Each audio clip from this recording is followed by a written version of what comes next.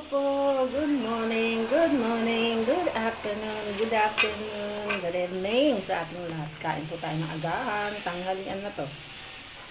Thank you po. Ano po, ano po? Ay, nahulog. Wow. Pritong okra, pritong chaylong, sinangag. Ayan po. Yummy ng agahan natin. Meron po ko nito na kamami. Toyo, kalamansi, at sika.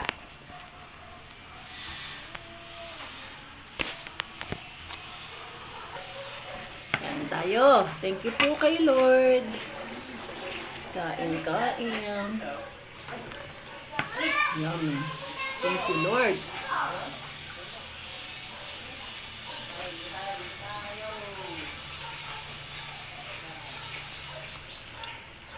Actually, meron pa po akong ginisa na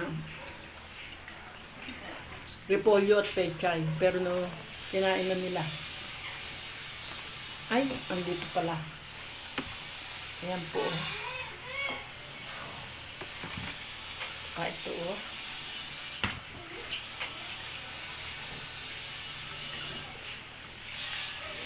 Napilitan ng mga bata na kumain ng puro gulay. Sasanayin ko sila hanggang na dito ko. Sasanayin ko silang kumain ng gulay.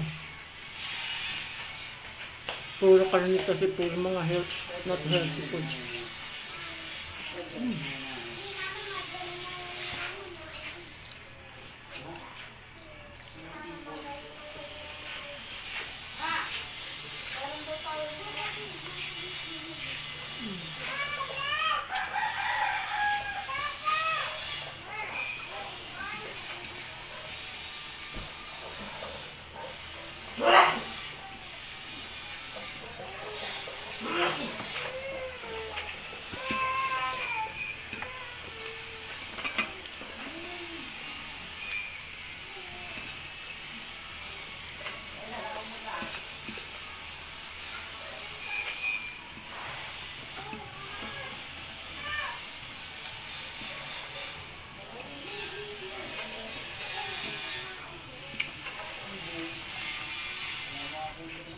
Ang init dito sa Pilipinas.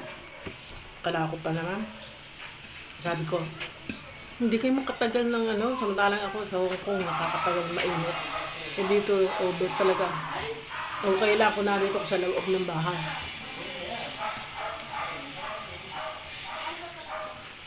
Makagamit ko ng electric fan. Pero sa labas, pag lumabas ka po at may pupuntahan ka, halimbawa, naka-tricycle, no? Napaka-traffic. Tapos, ang init-init. Oh my God. Abutin ka siyam-siyam. Kaya dito, isang transaction lang talaga magawa mo. Hindi na sobra pa doon. Kasi sa traffic.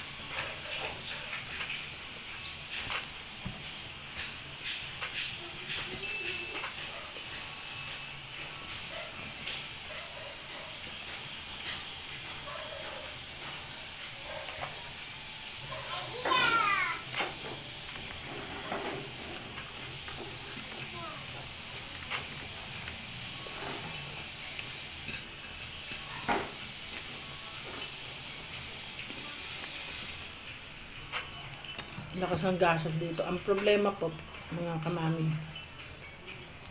okay lang naman kasi naman talaga malakas, mahal na bilihin po. Ang problema po dito, mahal ang bilihin pero ang mga salary po napakababa pa sa mababa. Hindi deserve ng mga manggagawa. Yung nagtatrabaho sa mura ng pasahod. Kakaawa, mga mahirap talaga.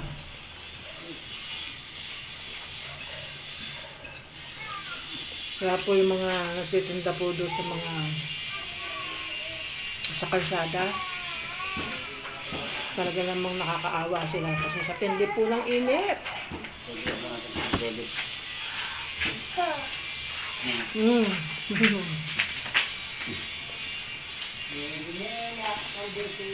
Kakaawa. Pag ang hanap buhay mo po ay nasa labas dahil sa sobrang init. Pag naman hindi sobrang init, yung kailakasan naman ng ulan.